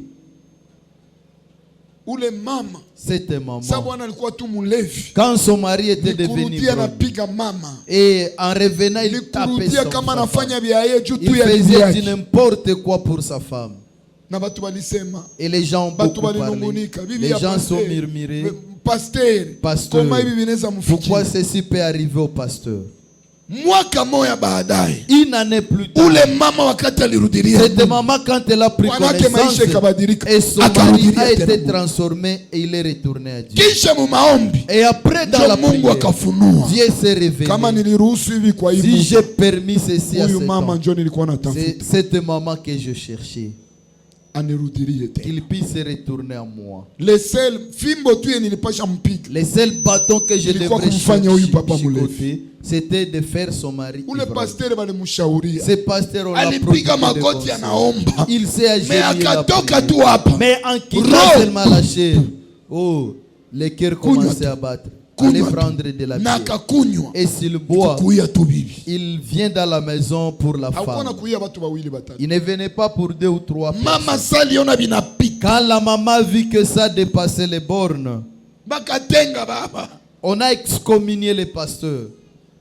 Mais siku mama alirudia tu, Mais le jour que la maman est retournée, papa en na Dieu, akarudia. papa aussi est retourné. Mungu anapana kipimo giza anapenda, Dieu donne les épreuves de la façon dont tu le lakini veux. shaba ya kipimo Mais l'objectif des inaweza épreuves, kuwa wewe, ça peut être inaweza toi, kuwa mwenye uko ça peut pembeni yako, être ton voisin. mwenye Mungu anaona ni fimbo ya Que kupiga Dieu a nayo. vu qu'il est le bâton pour te fouetter. Na wengi Et nombreux. Mungu anatuachilia. Et Dieu nous Mungu a abandonnés. atuyue. Dieu ne nous Mungu iko connaît wapi? plus. Où est Hapana. Dieu? Non. Ile kipimo Cette épreuve, Mungu anairuhusu tu Dieu l'a permis uangalie seulement utamrudilia. pour que tu puisses Jonas. retourner. Jonas. Batu bakapigwa kwenye baton, Les gens ont été frappés dans shaba les ilikuwa bateaux. gani? L'objectif c'était Jonas quoi? arudie wapi? Jonas qu'il puisse retourner Ninive. à Ninive. Asiende wapi? Qu'il ne puisse pas aller Tarsis. à Tarsis. Sikia mtoto wa Mungu, Écoute, kama umeenda Ninive si tu es parti à na Mungu Ninive iko na besoin akuone et Tarsis, Dieu a besoin de te voir à rudia Tarsis, Tarsis. rentre à Tarsis. Bile bia uko napitia Ce que tu es en train de bitaishi. traverser, ça va se terminer. Ile ndio shaba ya kwanza C'est le premier ya objectif. Mungu, anaruhusu sie wa Et bikira Dieu il permet à nous ama wa vierges Kristo ou les chrétiens vipimo vitufikie les épreuves ili qui nous turudilie attendent nani? pour Turudilie retourner Mungu. à Dieu. Ile ni ya kwanza. Ça c'est la première des Ya choses. pili La deuxième des yenye choses naacha Mungu qui fait que Dieu anaruhusu vipimo puisse viturudilie permettre que les épreuves nous ni juu atteignent Mungu aimarishe imani yetu. pour que Dieu puisse réconforter notre foi. Pale utasoma kitabu ya Ayubu, Là tu vas lire le livre de Job. wanaposema juu ya Ayubu, Quand on parle de Job, Biblia inashuhudia la Ayubu, Bible témoigne inasema que Ayubu Job, alikuwa mwaminifu, il était alikuwa intègre, mwenye haki, il était alikuwa juste, anatembea katika il njia marchait za selon la Mungu. volonté de Dieu. Me Mungu akaruhusu Mais Dieu a permis kipimo que l'épreuve ifikie Ayubu puisse l'atteindre kupitia shetani, à travers Satan. auwe batoto ya Ayubu, Qu'il puisse tuer les fils anyanganye de Ayubu Job. mali Qu'il yote, puisse ravir toutes les aguse choses hata à Job. mwili ya Qu'il Ayubu. puisse toucher même le corps de Job. Shida ilikuwa gani? Le problème c'est Mungu aone kama Ayubu que atamwachilia. Dieu voit si Job va l'abandonner. Mungu anaweza ruhusu vipimo ikufikie, Dieu peut accepter que tu les angalie épreuves kama t'atteignent. utabakia mwaminifu Pour voir kwake. si tu vas rester fidèle. Wengi Non, balikuwa naomba il priait. juu tu alipata kashida Mais kaacha parce Mungu. qu'il a un petit problème, il a abandonné. Hapana, Non. shida yezi Le acha problème ne peut pas umwache te Mungu, pousser à abandonner kama vile Dieu. grupe Ebenezer Comme le groupe balikuwa Ebenezer, naimba hapa, ils chantaient en banasema disant kusikue kitu qu'il n'y ait rien kitatutenga na mapenzi qui ya va Mungu. nous séparer par la volonté de Dieu. Hata shida Même le problème haiwezi acha ne unaacha peut pas Mungu. te pousser à abandonner Inaweza Dieu. kuwa kipimo, Ça peut être Mungu le anapenda preuve. imarishe imani Dieu yako, peut encore te réconforter lakini dans la foi. wangapi Mais combien banajiita parmi nous bikira, qui s'appellent wanajiita vierges, Bakristo s'appellent juu ya shida ndani ya mais maisha encore yao, un petit problème biko dans leur vie. wanaacha Mungu, Ils sont en train kumbe d'abandonner ile Dieu. shida Alors que Mungu ce anakutia problème, hamu. Dieu l'a amené. Kama ulikuwa naomba 30 minutes, Si tu priais 30 minutes, uanze omba que ile. tu commences à prier 1 heure. Juu kama ulikuwa sababu njia za kanisa, Si tu avais déjà oublié la voie de tena uanze enda l'église, munjia za que tu kanisa. continues à retourner dans la voie de Il l'église. y a les gens qui souffrent. Kuna watu ambao wanateseka. Objectif ya mateso yao L'objectif de leur souffrance, peke. c'est eux-mêmes. wao wenyewe Eux-mêmes sont source de banaacha leurs problèmes. banateseka. Ils laissent à ceux qui Sababu font, gani? ils souffrent. Umemwacha Mungu. Tu as abandonné Dieu. Biblia inasema La Bible le déclare, malheur atteint souvent les justes, ole inakamataka tu wenye haki, lakini Bwana mais l'Éternel anaendelea kuwafanya. l'en délivre Kubaokoa. toujours. L'en délivre toujours. Maisha ya Ukristo La vie ni maisha des ya chrétiens, vipimo. C'est une vie des Na Mungu épreuves. anaweza ruhusu vipimo Et vikufikie. Dieu peut permettre que les Mungu épreuves t'atteignent. Anayua atakutosha Parce Mungu que gani. Dieu connaît comment il va te faire sortir de ces Yesu épreuves. anaambia wanafunzi yake, Jésus dit à ses disciples, mtakuwa na mashutumu mingi vous ndani aurez ya des dunia. tribulations dans le Tuko monde. ndani ya Jean. Nous sommes dans Jean. Jean chapitre 16 verset 34. Yohane. Sikia kizi Yesu yuko anaambia wanafunzi. Écoutez ce que Jésus dit à ses disciples. Yohane 16 mstari wa 34. Jean chapitre 16, verset 34. Jean 16 angalia 33. Jean 16, 33. Ils les prirent avec lui à Jean. cette heure même. Jean 16. Yohane sura 16.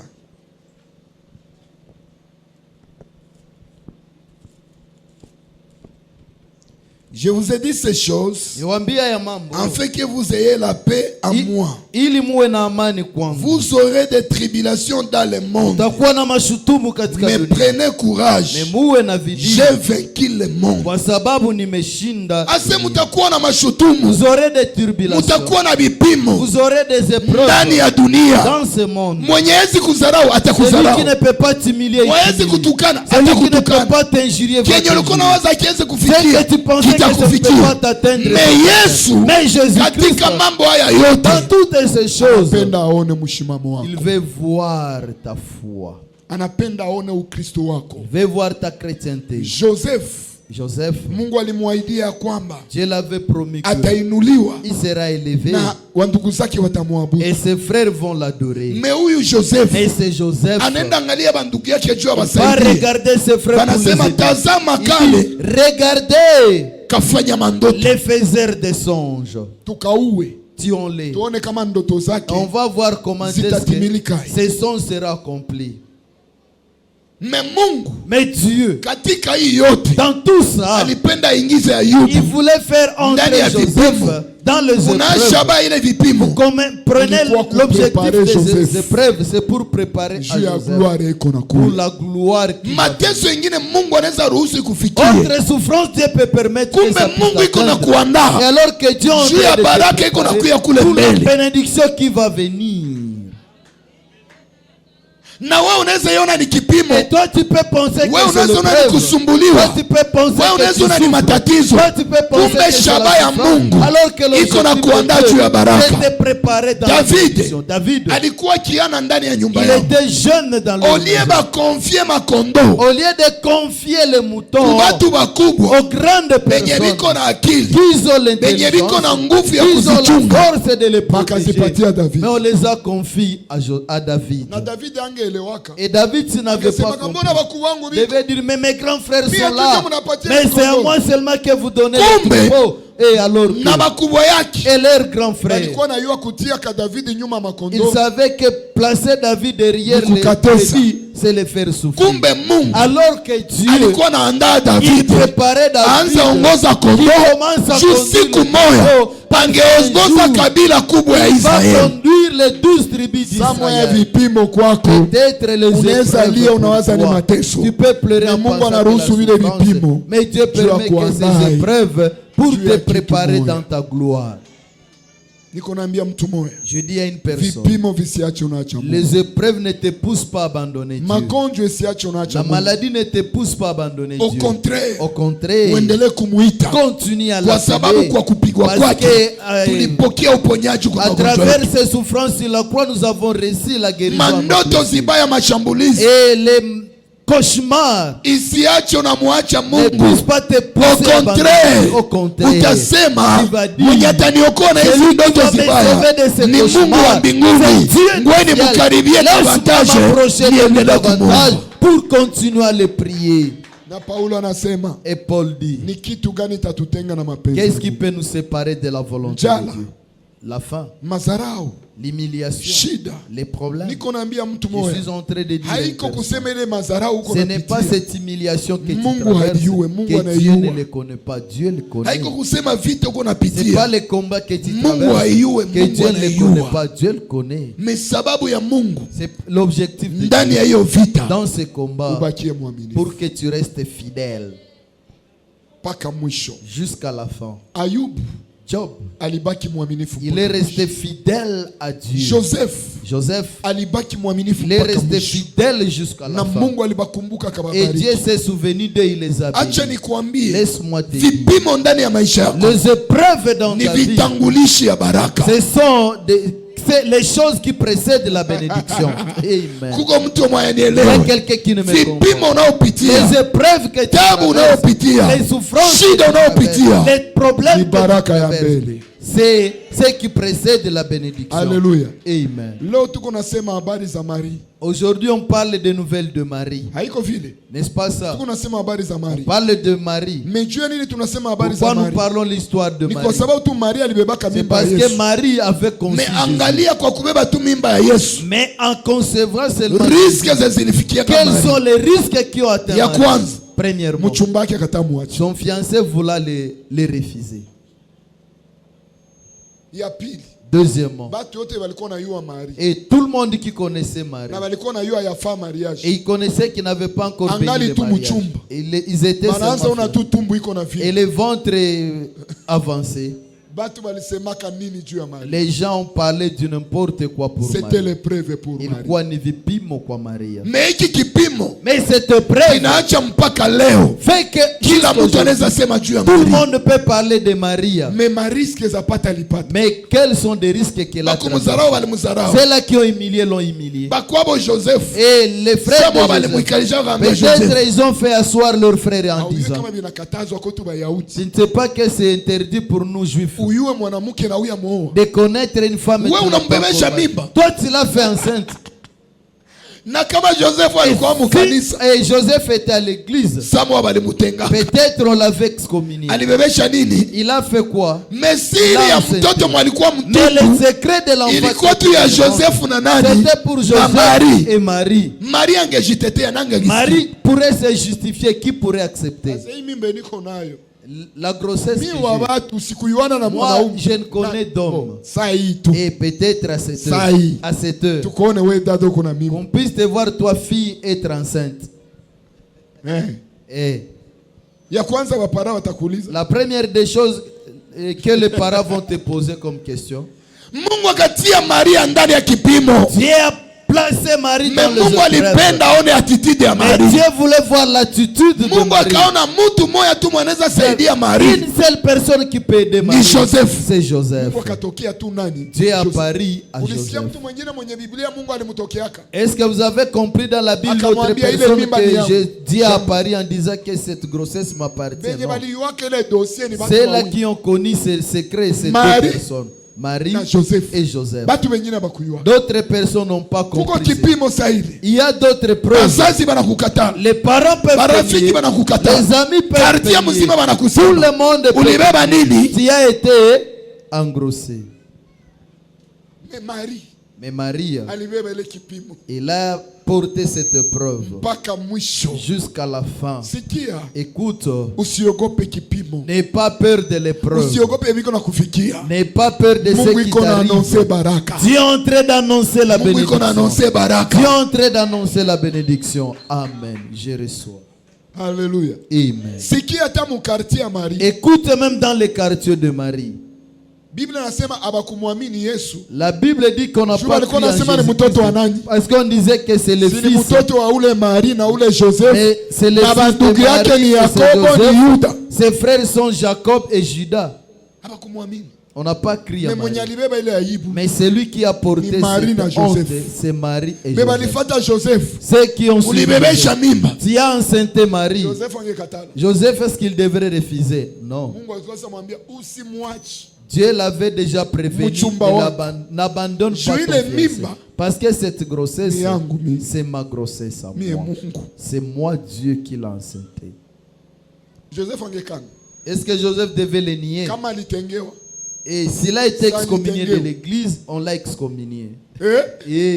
Mais akafanya nini? Mais qu'est-ce qu'il a fait? Akaikubali. Il a accepté. Ilikuwa kipimo kwa. C'était le preuve Mais pour eux. ilikuwa juu kule mbele. Mais c'était pour que Habari za Marie na Joseph, que les nouvelles de Marie hata et kama Joseph, balikufaka, même s'ils leo étaient tuendelee morts, kuzisema. et aujourd'hui Niko qu'on naambia continue à mtu parler. moya, Je suis en train de dire kipimo à personne. kikusukume uendelee kubakia ndani ya Preuve Mungu. puisse te pousser à rester en Dieu.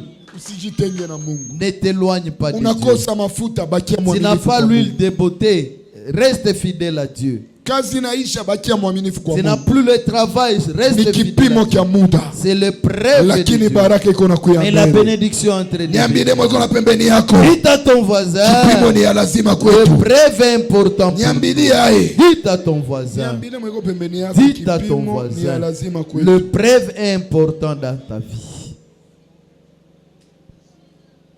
Haleluya. Amen. Ubakie Mungu apime, ubakie mwaminifu. Pour que tu restes fidèle, Ya dois te tatu, mettre dans le preuve. Kipimo Troisièmement, inatufikia le preuve qui nous atteint, juu Mungu aimarishe imani yetu. pour que Dieu puisse encore réconforter notre foi. Haleluya. Amen. Unakumbuka historia ya Daniel, Tu connais l'histoire de Daniel. Shadrach na Meshake. Daniel, Shadrach, Meshach, Bakainua Abednego. stati. On a levé les statues. Bakasema kila mtu wote ataiabudu. On a dit tout le monde doit adorer ces Mais statues. Daniel, Meshake, Et Shadrach, Daniel, Abednego Shadrach, Meshach, Abednego, balijua kama kuna Mungu mmoja wa ils ont kuabudiwa. compris qu'il y a un seul Dieu pour l'adoration. Bakasema bipande Ils ont bishuki, dit qu'il monte ou si qu'il hatuwezi descend. abudu Nous, sana. on ne peut pas adorer les Mungu anakuwa statues. anaruhusu vipimo Dieu permet que les épreuves aone kama utaacha imani. et de voir si tu vas abandonner la foi. Wakati unakosa mafuta Quand tu manques l'huile de ya beauté, kupakala, kitu gani l'huile de kinakufikia? beauté, qu'est-ce qui t'arrive? Wakati kazi inakufikia, Quand le travail a pris fin, kitu gani inakufikiaka? qu'est-ce qui t'atteint? Unaachaka Mungu Tu abandonnes Dieu au unabakiaka ndani ou ya tu Mungu? restes fidèle?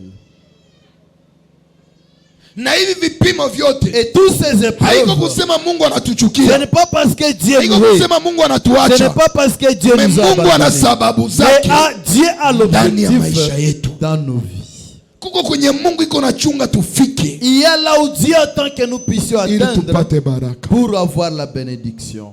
Sema kipimo ni ya lazima kwangu. Oh, l'épreuve est important pour moi. Sitakatala kipimo Je ndani ne ya vais maisha plus yangu. refuser l'épreuve dans ma vie. Me batu ba mingi Mais beaucoup de sana gens, pata kipimo. quand tu l'as Kitu eu ya l'épreuve, kwanza, la première wa des mafa. choses, je vais mourir. Mungu aniyue. Dieu ne me connaît pas. Kama unakutana tu hauna zambi, Si tu vois que tu n'as pas péché, itika hapo. accepte cette épreuve. Kama unakutana unitenda zambi Si tu te retrouves que tu as péché, ndani ya kipimo, dans le preuve, rudiria Mungu. retourne à Dieu.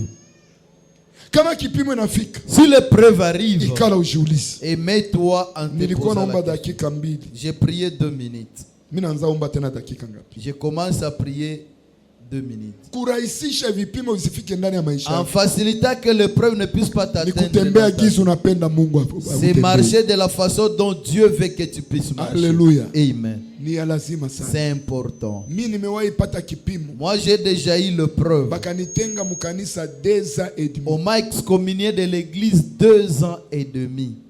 Sikukosea mtu, Je n'ai pas péché. sikuua mtu, Je n'ai tué personne. sikufanya kitu. Je n'ai pas péché. Jutu nilikuwa na ubiri, Parce que j'ai prêché mapepo seulement. ikasema Et mukanisa. les démons commençaient à Bakasema mie parler. njo mimi natupa ile On a mapepo dit que mule c'est mtu. moi qui ai jeté ces démons dans cette personne. Ile mapepo Ces démons, sasa iko nasema quand ça kumbe ilikuwa parlait, maesprit ya mtu fulani mwenye mtumishi mkanisa. alors que c'était les démons d'une Wanakuwa personne vya de ulimwengu wa l'église, giza. alors qu'il est serviteur et il est dans les choses mystiques. Bikaniinukia maneno. Et ça s'est soulevé de grands problèmes pour moi. On m'a excommunié de l'église. Mbo siseme kutenga. Kutenga ni kufukuza. Et excommunié, c'est suspendre. chasser. On m'a suspendu à l'église. Kisha na mimi nasema ndatoka. Mbona bana mimi nilifanya nini? Et moi aussi, je me disais, je vais quitter cette Mungu église, qu'est-ce que je ananiambia fais? ukatosha tu migulu yako. Dieu me dit, si tu abandonnes tes pieds dans cette Mimi église, naikata. je vais couper ces pieds. Kila mhubiri alikuwa anakuya. Tout prédicateur qui venait, Alikuwa ananihubiri. il me prêchait moi. Mhubiri wa mpya kakuya. S'il y a un nouveau Banamwambia prédicateur, tunakuwa na frere mchawi il dit, huyu. nous avons un frère qui est sorcier ici. Tuko na lazima wa kumhubiri aache uchawi. Nous avons besoin de quelqu'un pour le prêcher alors qu'il puisse abandonner. Kama anayua omba Mungu anayua omba bya nguvu. S'il Kama taomba maombi ya madelivrance. S'il va prier une prière de délivrance. La première personne où elle va braquer toute sa force, c'est wa mukanisa kashimama na nihubiri. Si un serviteur de l'église se met debout, il va me prêcher. L'objectif c'était quoi? Que je puisse quitter cette église. L'objectif c'était que je puisse aller loin, qu'on ne puisse plus me voir. Et quand je rentre à la maison, Dieu me dit, si tu abandonnes cette église, je coupe tes pieds. Rentre seulement dans cette église. Jusqu'à ce que l'humiliation a dépassé. J'ai dit à ma femme et mes enfants, vous restez à la maison. Si vous allez chercher notre église, mais c'est moi que Dieu avait appelé. Et mon épouse n'avait plus vraiment supporté ces enjeux. Toi, soit vous restez à la maison, soit vous cherchez une autre église. Moi je quitte cette église, je ne vais pas être infirme à cet âge. Il est arrivé à un niveau. Si je me mets à cette chaise, tous les rangées vont sortir. La communauté où j'étais, on a publié dans toutes les églises que je suis devenu fou. La petite sœur de mon épouse l'a appelé. Et les maris de la petite sœur de madame fréquentent notre église. Comment ton mari peut devenir fou et tu nous caches qu'il est devenu fou? Mais on l'a publié à l'église. Et encore les serviteurs. C'est comme si moi ici aujourd'hui je peux publier. C'est un exemple. Non? Ça ne peut pas m'arriver. Je me mets seulement debout. Vous connaissez les frères avec qui ont prié ici, Papi Kazingu. Il est devenu fou. Qui va nier au milieu de vous? Personne. C'était comme ça. Toutes les églises. Les gens quittaient Goma venir à Bukavu. Et ils savent que je suis devenu fou. Mais c'était l'épreuve. C'était l'épreuve. Pendant 2 ans et demi. Muda wa miaka 2 na nusu. Les gens venaient à Goma. On dit qu'il y a un pasteur Simon qui prie pour les gens et les gens sont sauvés. Maman Marie connaît l'histoire. Quand ils arrivent, ils retrouvent celui qui est en train de prier aux gens ce mois. Pourquoi? Les gens me connaissaient au nom de Timothée à l'église. Mais quand Dieu m'a appelé, m'a donné le nom de Simon. Mais que quand eux chantaient le nom de Simon, ils ne connaissaient pas. Quand ils arrivent, ils rencontrent et sont en train de prier aux gens. Mais on nous a dit qu'il est fou. Celui qui est en train de prier, celui qui est en train de dire les gens, niveau. C'était l'épreuve. Si quelqu'un n'est pas mesure de supporter ces épreuves, il est arrivé à un moment, ma femme, il vendait les barafes de 200 francs pour qu'on ait à manger. Tout mon salaire. Et mon salaire partait. Dieu me dit, va prendre le crédit à la banque de envoie-les en Afrique du Sud. Il y a des enfants qui sont là. C'est toi qui dois payer les loyers là-bas.